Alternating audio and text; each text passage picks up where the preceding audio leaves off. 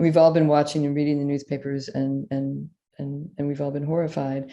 And one of the things that has really troubled me is recent reports. The very first day of the conflict, the Russian forces took one of the first objects they took was the Chernobyl station. And there was a guard at the station, an armed guard, but they, did not fire. They sort of held up a white flag because they understood that gunshots and artillery around a nuclear plant, even one that's been closed since 2004, could cause a lot of harm and damage. And I think that's one of the things we've been learning in this conflict, as we watched a week later the Zaporizhzhia plant be taken with armed force, and we watched administrative building burn.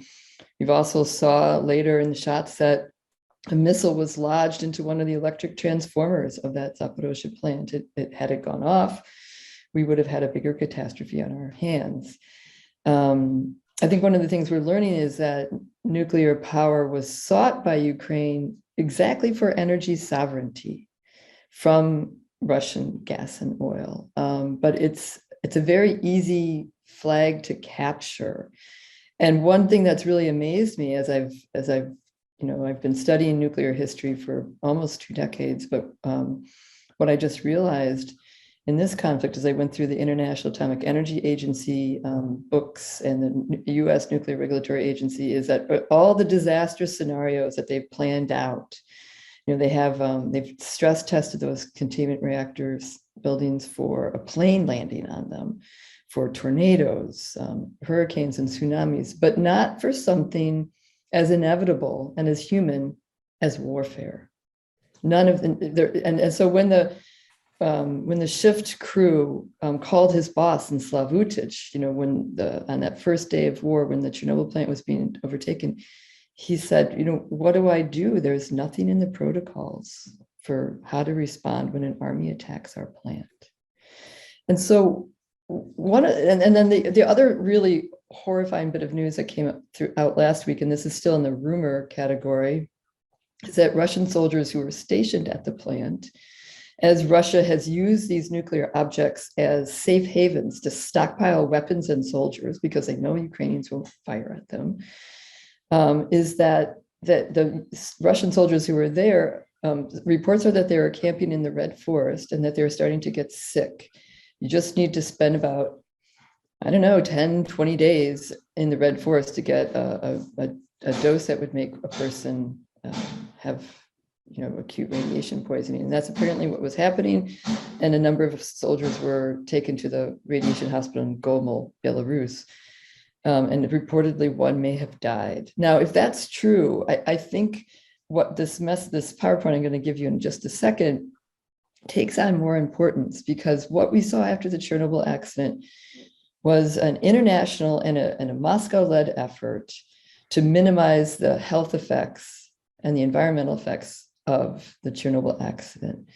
And we're seeing the outcome of that today, because if people were stupid enough to camp in the Red Forest, then they believed all those National Geographic articles that says nature is thriving in the Chernobyl zone, and all humans have to do is step back and let nature right itself, that these places don't need curation, they don't need caution or care. And so when I set out to write this book a number of years ago, I understood that we knew a lot about what had caused the accident, what had happened in the immediate aftermath, the heroic actions of the liquidators to put out the fires and clean up as best they could to move radioactive contaminants to safe places where they wouldn't harm people. But nobody really knew what happened after that. Like even the number, like how many people died was very unclear. That UN sources said 54 people died. Greenpeace estimated that up to 90,000, 150,000. The numbers are huge, and the difference in estimates were too large to be believable. So I did what historians do. I went to the archives and I started looking through the Ministry of Health records, and that led me on to a whole quest wait a second. Just going to share this PowerPoint. That led me to a whole quest to work my way with 2 research assistants through 27 archives, 5 in the UN, among UN agencies, and 22 in Ukraine and Belarus and Russia. And that became this book, Manual for Survival. And I'll just tell you a bit about the accident, and I think we'll talk more about, the other panelists will talk more about Chernobyl and other features, but we'll just get the basics with this presentation right now. April 26, 1986, reactor number 4 of the Chernobyl nuclear power plant exploded, and then a little bit later it exploded twice, and it sent between 50 and 200 million curies of radioactive contaminants into the surrounding environment. And that's just an awful lot of destructive energy.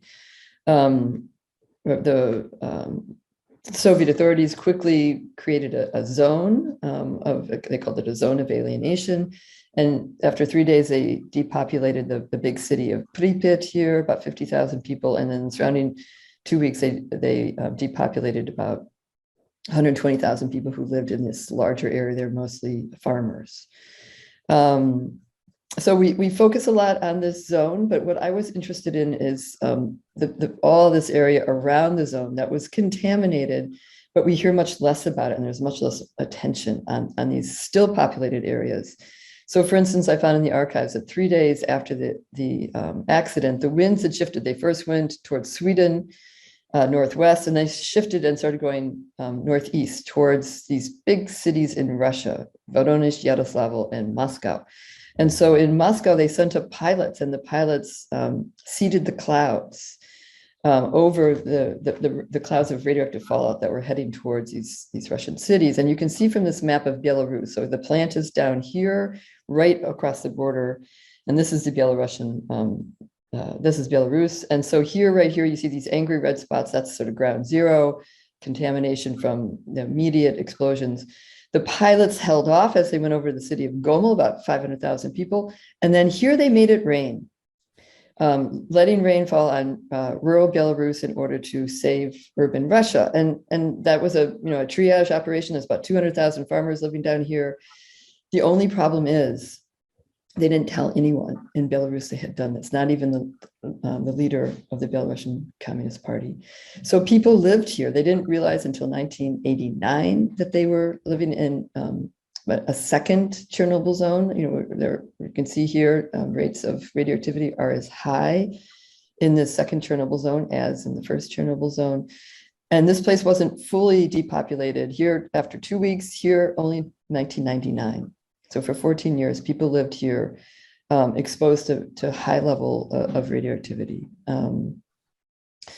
The Russian authorities said, we've tested all the food and the food is safe for consumption. So I went through the Ministry of Agriculture records to see if that was true. And I found that there was radioactive contaminants in every form of food. This was an agricultural region. It was a big region for dairy and beef cows, and there were about 100,000 head of cattle and sheep and goats that had been under clouds of fallout, and the animals were exhibiting clear signs of radiation poisoning. So soldiers rounded up these 100,000 head and shot them. And then the question is, what do we do with all this meat, these corpses? The Soviet Union was a poor country. Meat was especially prized, and they just hated to throw it out. So what I found in the archives was a manual for meat packers in this, and I call this book a manual for survival because I found so many instruction manuals about how to live in a post-nuclear landscape, and I figured these were probably some of the first of their kind ever produced. And so the manual for meat packers said, take the meat and grade it low, medium, and high levels of radiation. The low and the medium levels mix with clean meat and make sausage and send that sausage all over the country. Just don't send any to Moscow. And you can tell where the authors of this manual lived. The high level meat, they said, shove in freezers and wait for it to decay. Pretty quickly in Gomel, they're asking for more freezers, and they keep asking for freezers. They don't get enough. So finally they find a refrigerated train car, and they shove 60 tons of high level radioactive meat into that train car, and they send it to Baku. in Baku, the Geiger counters went off and they sent it to Yerevan, and so on and so forth. For 4 years, this radioactive ghost train circulated the western half of the Soviet Union before the Ukrainian KGB finally took that train in 1990 and buried it in the Chernobyl zone as nuclear waste where it should have gone in the first place. Looking at the map of contamination, I found that some things just didn't square right. For instance, there's this town Chernihiv. We've been hearing a lot about it because it's been under siege for 40 some days by the Russian army, and they've held out. It's a beautiful city. And I write in my book, this is an ancient, beautiful city. Go there if you ever have a chance. And I'm afraid this chance is now lost. But what I noticed is that there was a document about 200 liquidators who were working in a wool factory in Chernihiv. And I thought that was really strange. Here's a clean town. The clouds of fallout basically missed it. So why are there women textile workers in Chernihiv? What were they doing to get that kind of dose? So I looked around in the archives, I found some information, but I finally just drove up to this town, and I went to the wool factory and I talked first to the managers, and they said, yeah, we had a problem in 1986. A committee came from Moscow. We changed our wool production process and we were able to get the wool clean, problem solved.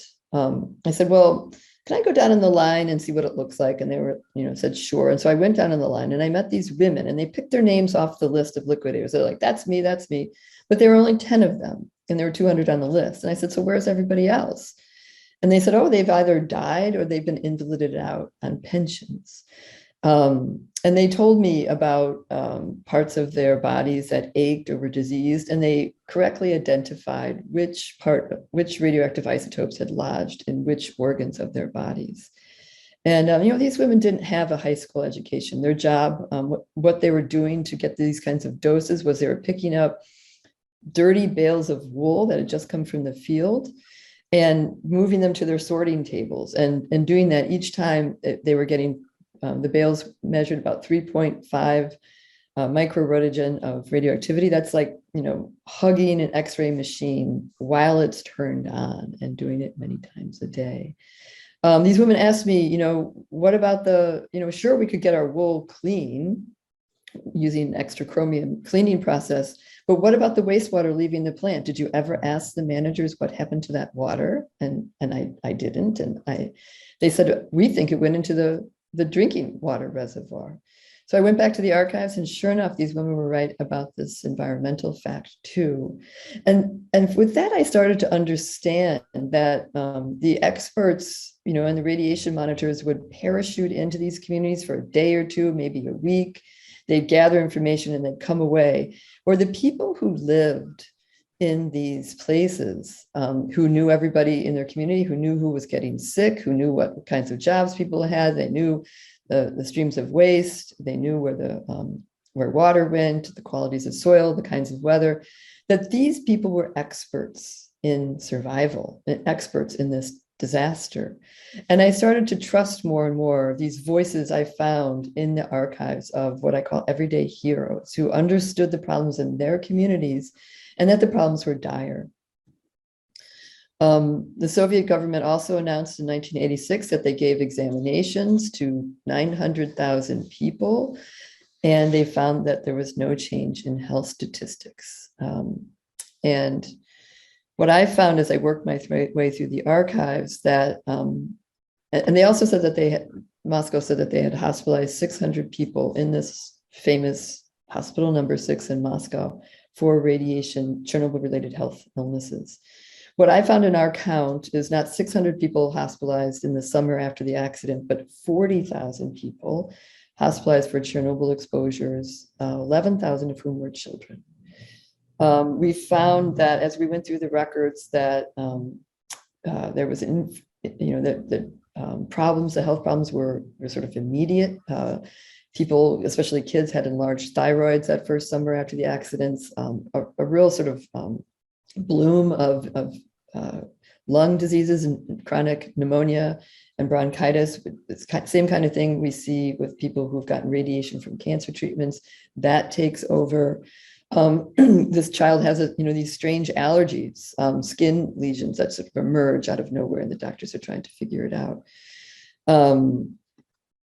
Within a couple of years, people started to have leukemias, a big jump in the number of leukemias, and also in people, especially children with thyroid cancer. And these are two individuals who were post-op from thyroid cancer surgery. You can see the boy on the right also has some growth hormone problems that are associated with endocrine disorders. No one believed in the international community among people who dealt with radiation health that this was going on, because the background for pediatric thyroid cancer in Ukraine and generally around the world was about 1 child in a million would get this rare disease. All of a sudden, among about 200,000 children in northern Ukraine, there's 20 cases, and there's 60 cases in southern Belarus. The Western observers did not believe it, and they came in 1988 and 1989. The Ukrainian doctors are telling about them. They're saying, you've got it wrong, that can't possibly be the case. One Ukrainian doctor gave Fred Mettler, an American specialist in nuclear medicine, 20 biopsies, and he took them home, and they checked out. They were all biopsies of thyroid cancer. He wrote a report for the UN in 1991, and in that report, he forgot about this evidence that he himself had gathered and verified, and he wrote in the report that there were rumors of childhood pediatric cancer from thyroid, but those rumors were anecdotal in nature, and that in general, they found no increase in health problems caused by the Chernobyl disaster. These are the kind of documents I was coming across. Soviet medicine was a socialized medicine. They just had a regular kind of epidemiology that they did every month. And this document says, in this county in southern Belarus, we looked at 1,551 children, and among them, 1,132 have one chronic disease or another. And this is the kind of documents we see. Before 1986, this same document would have showed that about 10 to 20% of children had a chronic disease. After about 1987, 88, we see this flips, and 80% or 90% of children in a county will have one chronic disease or another. And only a few, 10 to 20%, are healthy.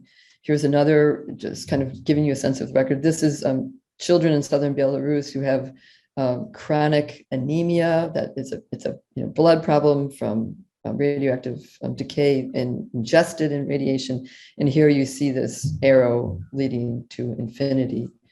How am I doing for time? Yes, I'm not. I don't have much time. So let me wrap up. Yes. Yeah. So let me just finish by saying that what I'm trying to say is that these records, I was the first researcher to ask for these medical records in most of the archives I went to, and we got down to the county level hospital records. That this story has largely gone untold. And I worked my way through the UN archives to see that they were busy trying to help Moscow minimize the impact of the disaster, firing scientists, libeling scientists, slandering scientists who said other ways, hiding evidence. It ordered to make this case that, look, we can instrumentalize Chernobyl, world's worst nuclear disaster, and only 35 people died. As one official said, we can live with that kind of risk. And I think that leads to this impossible situation of Russian soldiers, if it's true, camping in a place like the Red Forest, unaware that this is a terribly dangerous thing to do, to sit in this supposedly beautiful forest and breathe and be exposed to gamma rays, but also breathe in radioactive dust and rays. So thank you very much for listening. I appreciate it. And I'm honored to be part of this forum.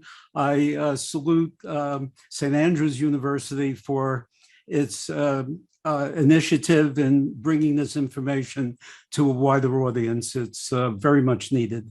What I'd like to do is provide an overview of nuclear reactor development and focus on what the situation is today in regard to nuclear reactors in Ukraine, in the world, and what is coming in the next few years, hopefully, in that realm.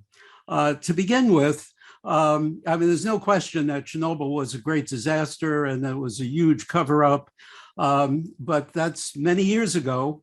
And why was Chernobyl such a vulnerable reactor? It was because after World War II, when we had the Cold War, there was an arms race, and the United States and the Soviet Union were producing nuclear weapons hand over fist, and they needed plutonium to do that. Plutonium was the fuel of choice for nuclear weapons, and plutonium, excuse me, plutonium does not exist in nature. It's produced by having uranium atoms absorb neutrons, and plutonium is created that way. So after World War II, the first power reactors were reactors that were designed to optimize the production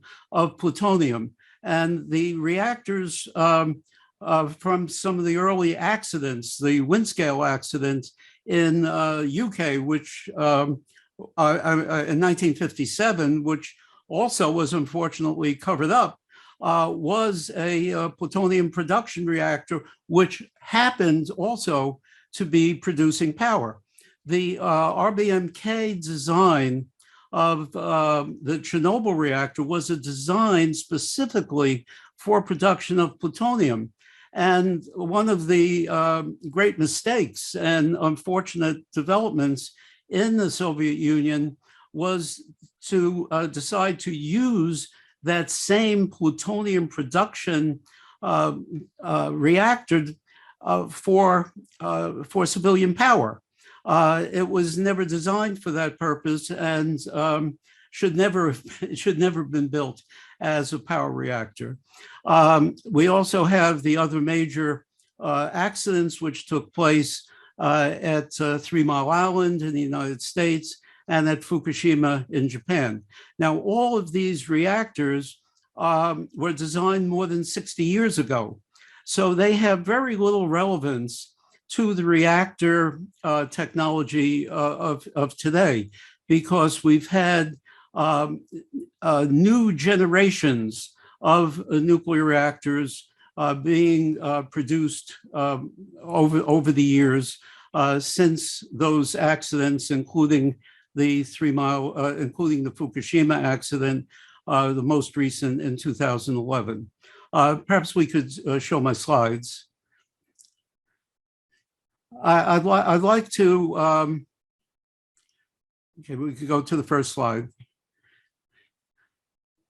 I'd like to comment first, to give you some perspective, that there are 440 operating nuclear reactors in the world today. There are, while most of us don't realize this, nuclear reactor technology today is thriving. There are 55 reactors under construction around the world.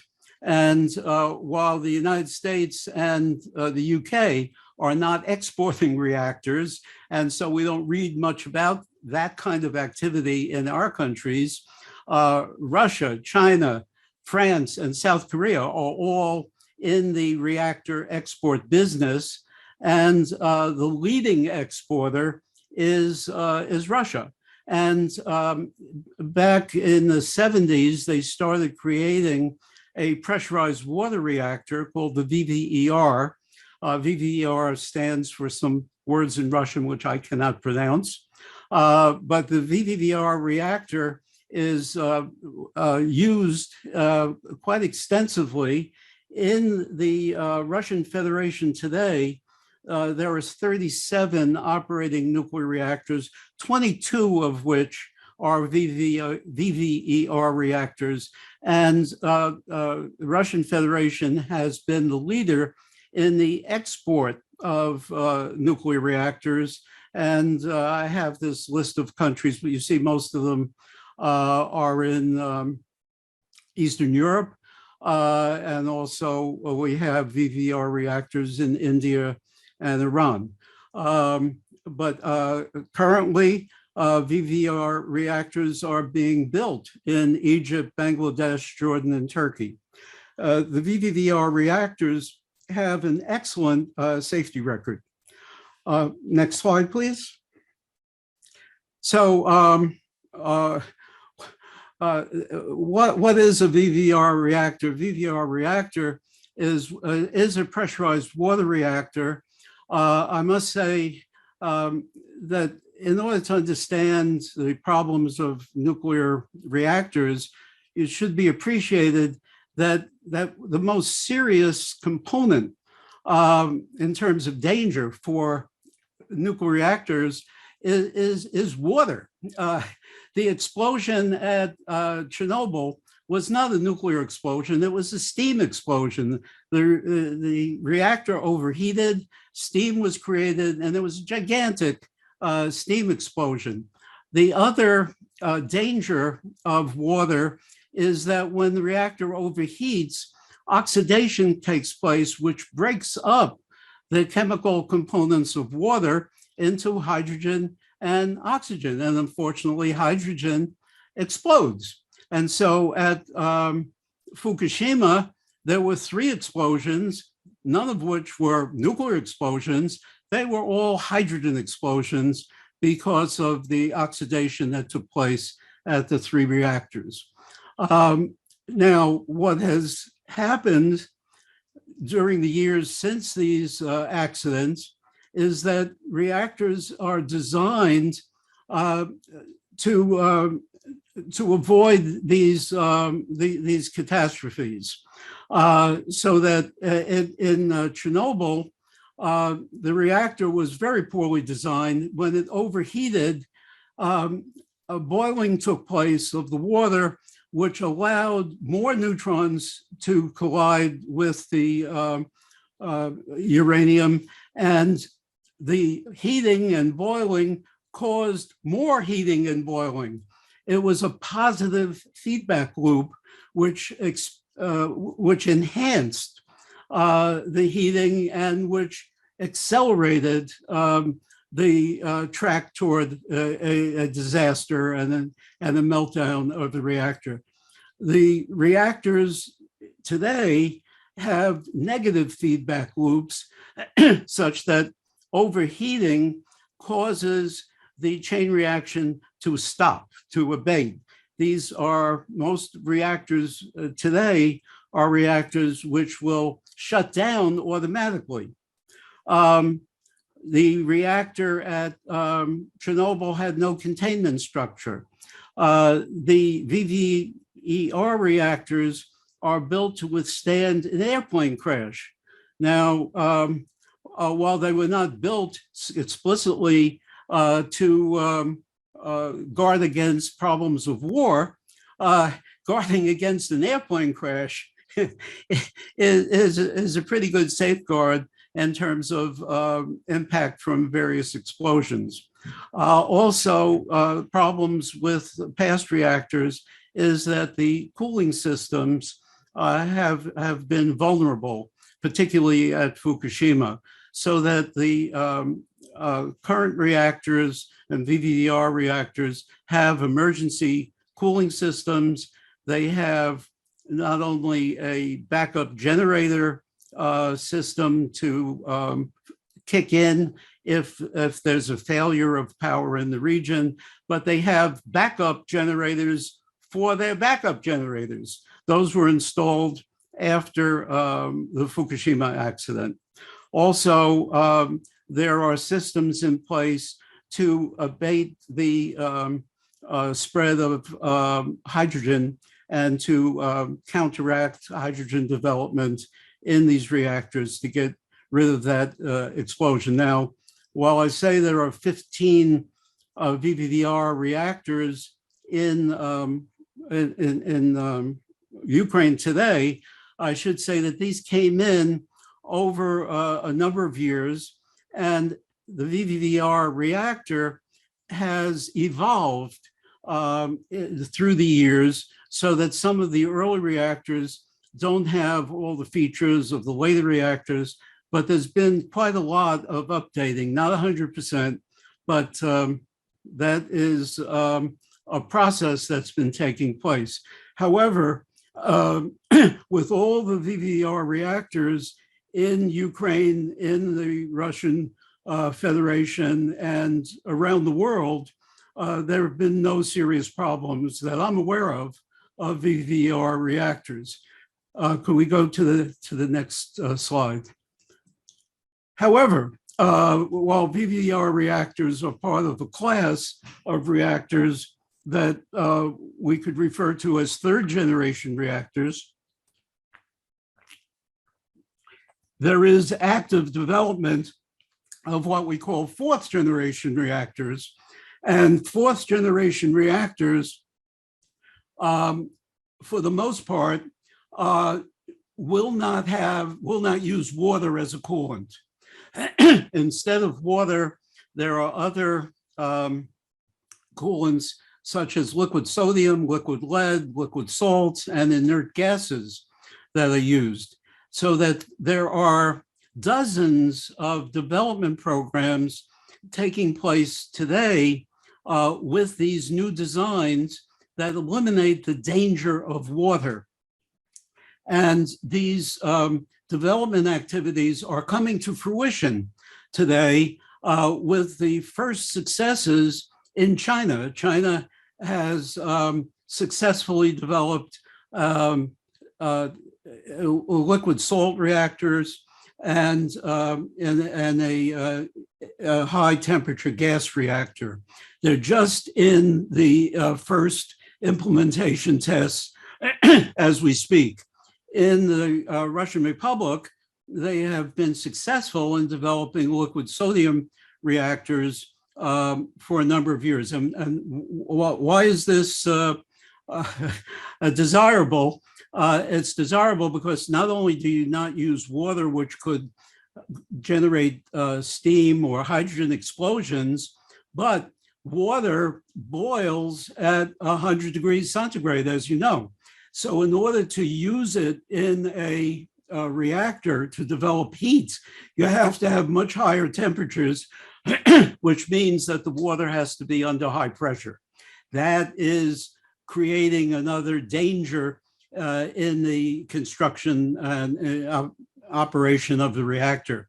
Liquid sodium, liquid lead, liquid salts, these become liquid at high temperature already at atmospheric pressure. So you do not need the pressure systems that have been in place in the vast number of reactors that are used in the world.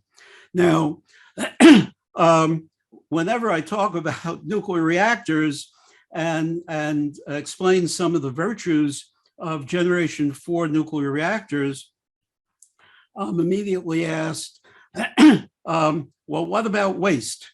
Well, there are a couple of things I could say about waste, and I'll make those comments in closing.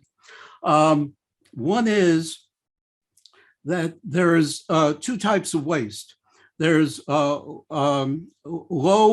intensity waste and high intensity waste. The high radiation level waste, which has very long lifetimes, thousands of years. This is all waste that comes from uranium and plutonium absorbing neutrons in the reactor. So if you do not have a uranium-based reactor, you do not have the high level, long-lived waste that comes with that construction. It is possible to make, to build reactors using thorium. And thorium, what happens with thorium is that thorium itself does not sustain a nuclear reaction, but thorium absorbs neutrons and turns into a form of uranium, so-called uranium-233, which can be used in a reactor. And that process does not produce any high atomic number elements, and it does not produce the long-lived radiation. So you don't have that type of waste coming at all. And then what is something that we should all sit and wait for, and hopefully won't have to wait more than a few years, is that these new nuclear reactors have the capacity, for the most part, to be able to burn existing nuclear waste as fuel. And in particular, in Canada, the Moltex Energy Company, which is originally a UK company and is a combined UK-Canadian company, is in the process of developing a nuclear reactor specifically for the objective of burning nuclear waste. And they are hoping that they will have operating reactors within the next few years. To close, I just would say that the reactors in the Ukraine today have waste that's being stored in dry casks that are steel cylinders surrounded by steel and concrete. This is a safe storage. It's not the most desirable, but it's used worldwide, and it's operative in the Ukraine as well as throughout the world. With that, I will close. Thank you. I'm really honored to be a part of this discussion. And yeah, as a historian, I took part in several projects related to Chernobyl, to the Chernobyl topic as a researcher and as a project manager. I would like my presentation to be opened, please. And so next slide, please.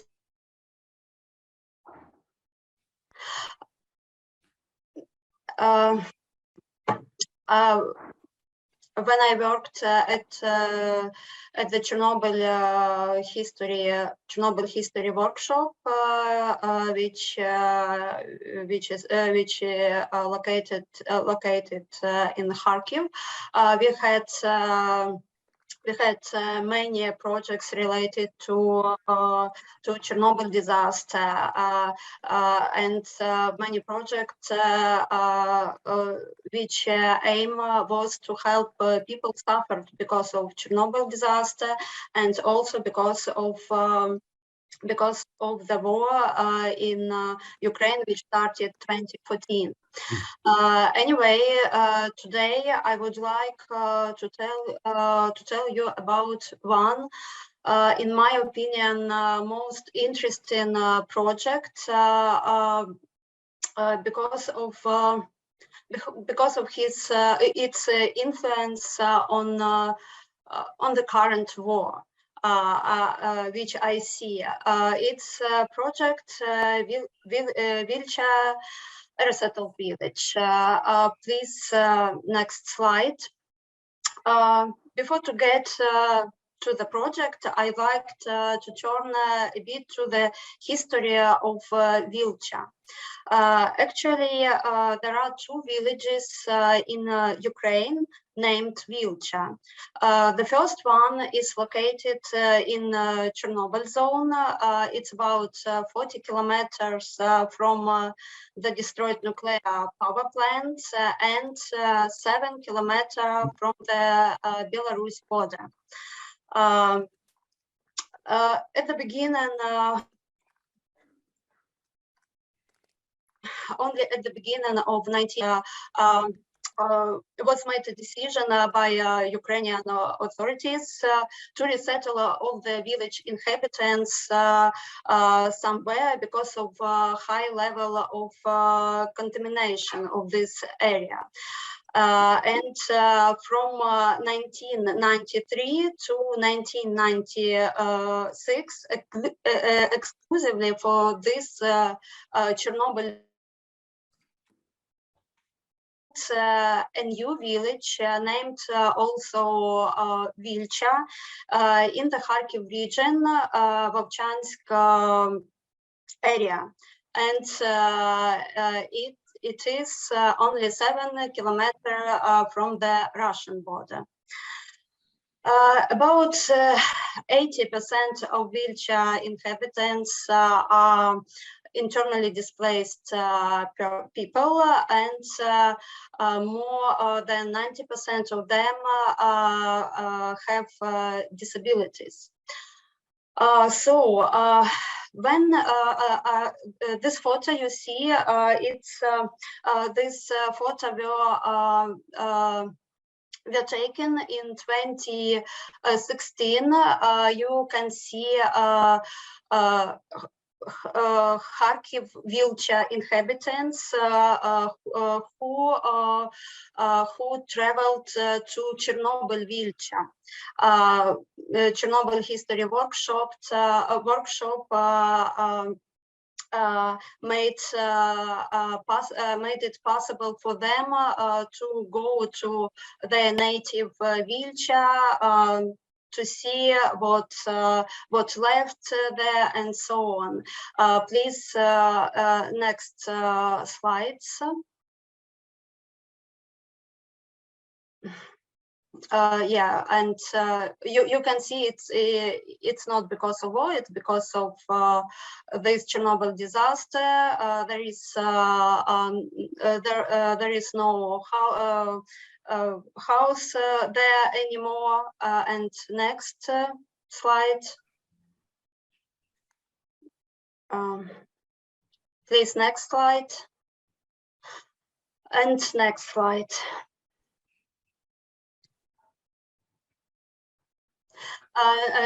No, previous, please, previous slide.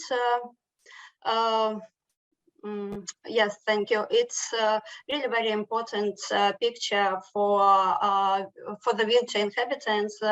It's actually a bus station in Chernobyl Vilcha, and in Russian you can see that it's written, "We will come back." Yeah, we will come back, and all the Vilcha inhabitants really had a dream to come back to this Chernobyl Vilcha.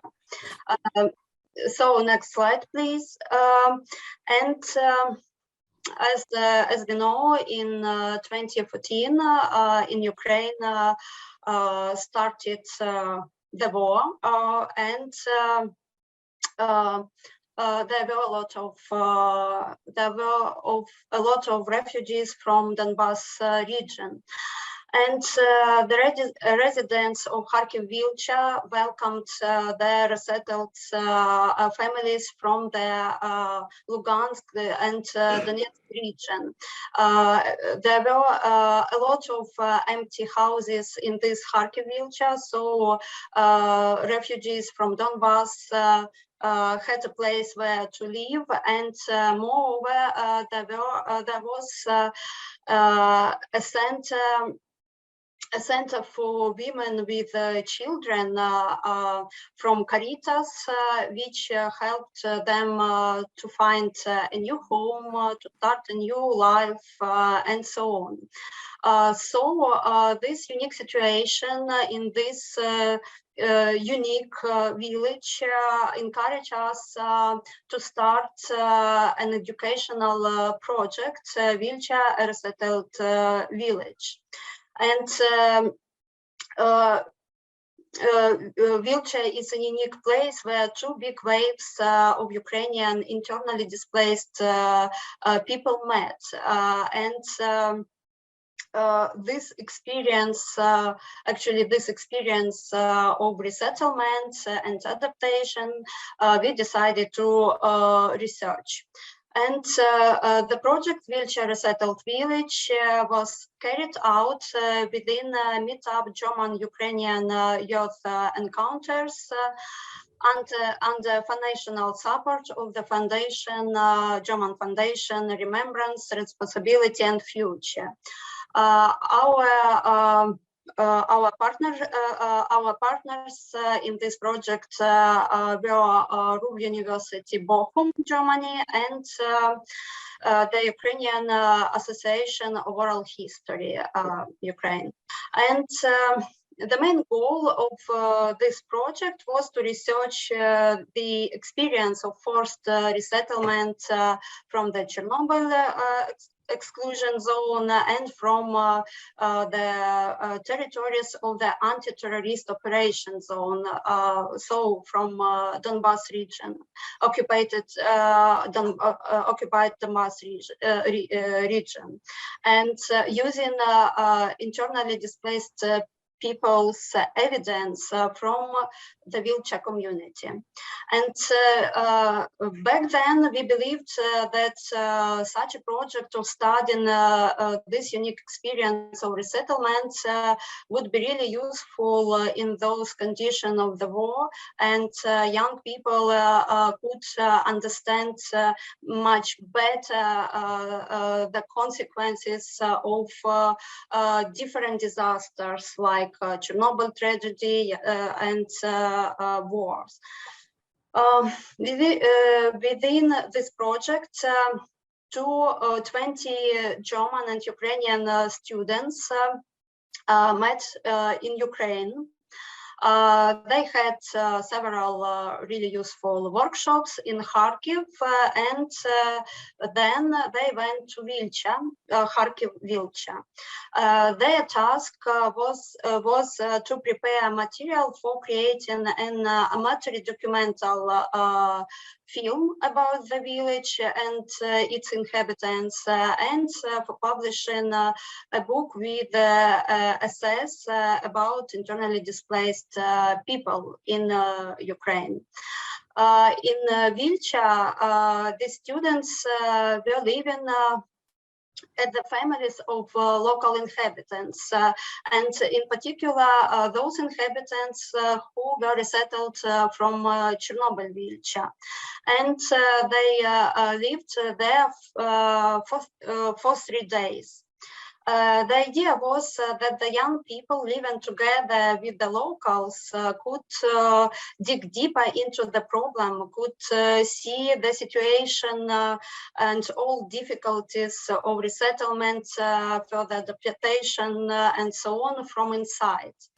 And during these 3 days, the participants were conducting audio and video interviews with the resettled people from Chernobyl Vilcha, from Donbas region. They took many photos and gathered other really exclusive material for the film and for the book we plan to publish. And as a result, actually results of this project were the following.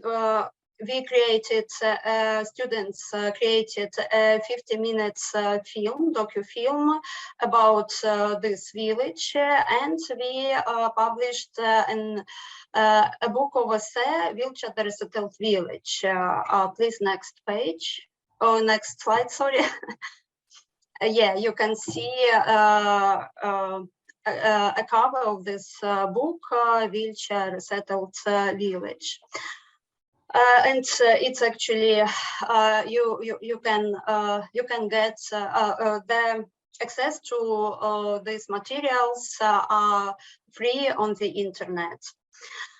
And I generally believe that the implementation of this project was really very useful for our participants, and nowadays I understand the importance of this project, because as Ukrainian now we understand better what happened back then, and how it could help us today. Most of Ukrainian participants and organizers of this project are today became today refugees as well. Sorry. Yeah, no worries, Vika. It's a sad sad part of our presentation, but we think it is very important to speak about the impact of human lives of the war as well. So Yes. thank you for being courageous and speaking about it today. Yeah, but what I would like to say that almost all inhabitants of Kharkiv Vilcha are today under Russian occupation.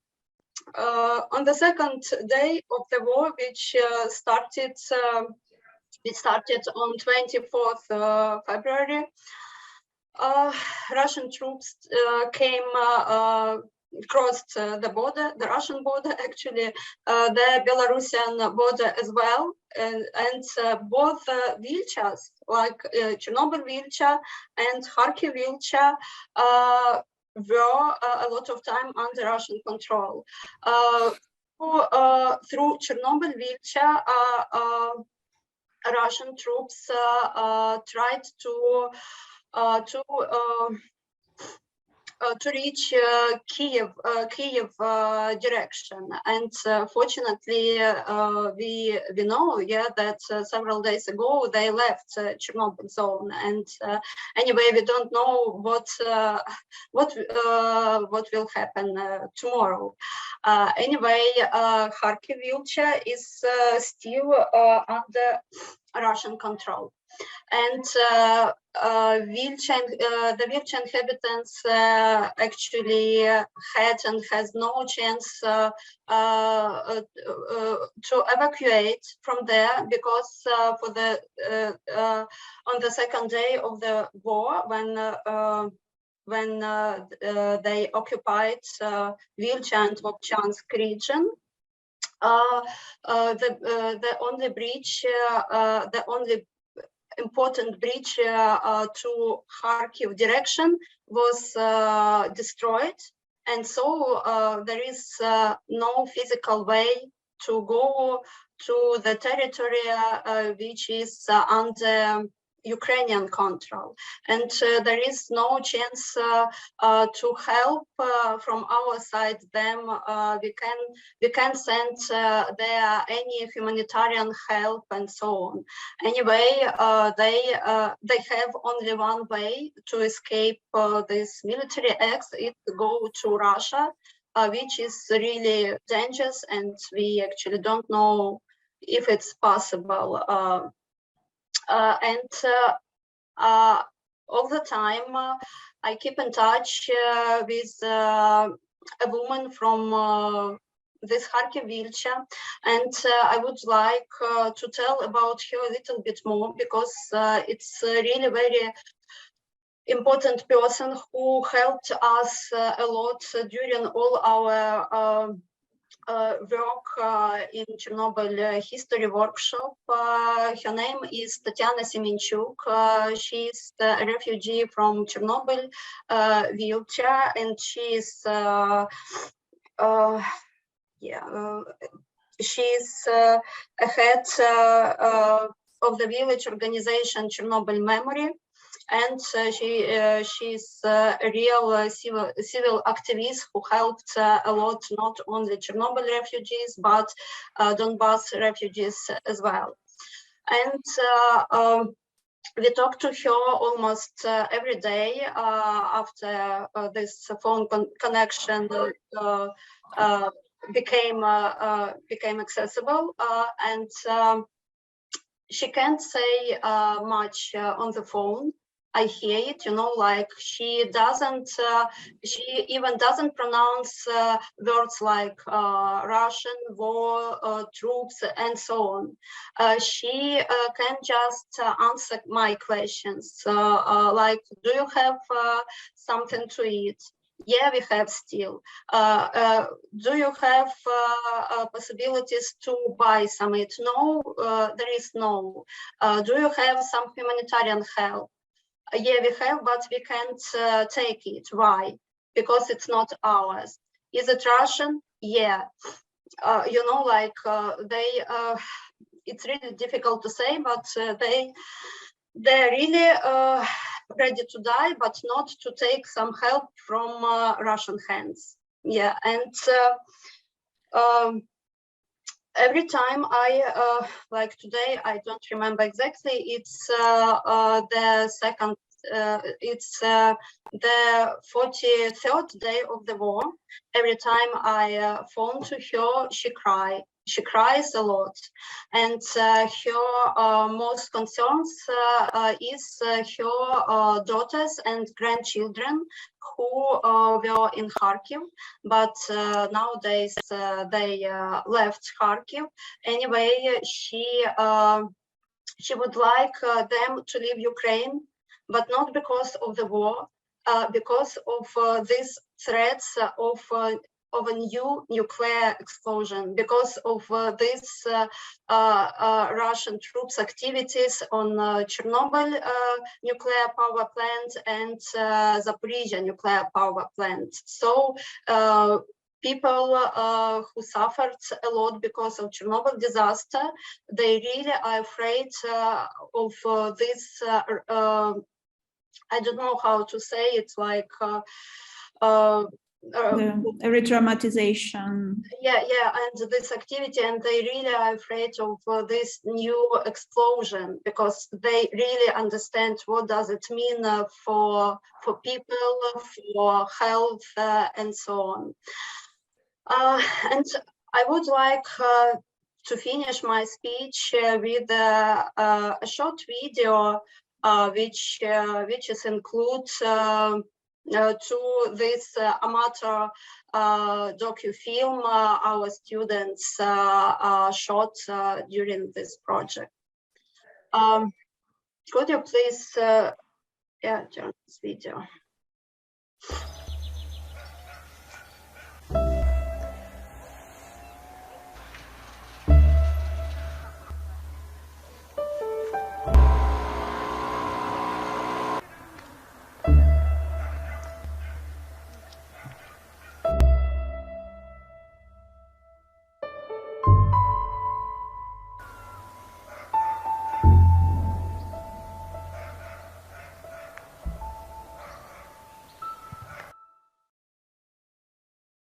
Yeah, thank you. And I really hope that we will return to this wheelchair, and I really hope that all of the inhabitants are safe and can be alive after all these sad events. Thank you very much.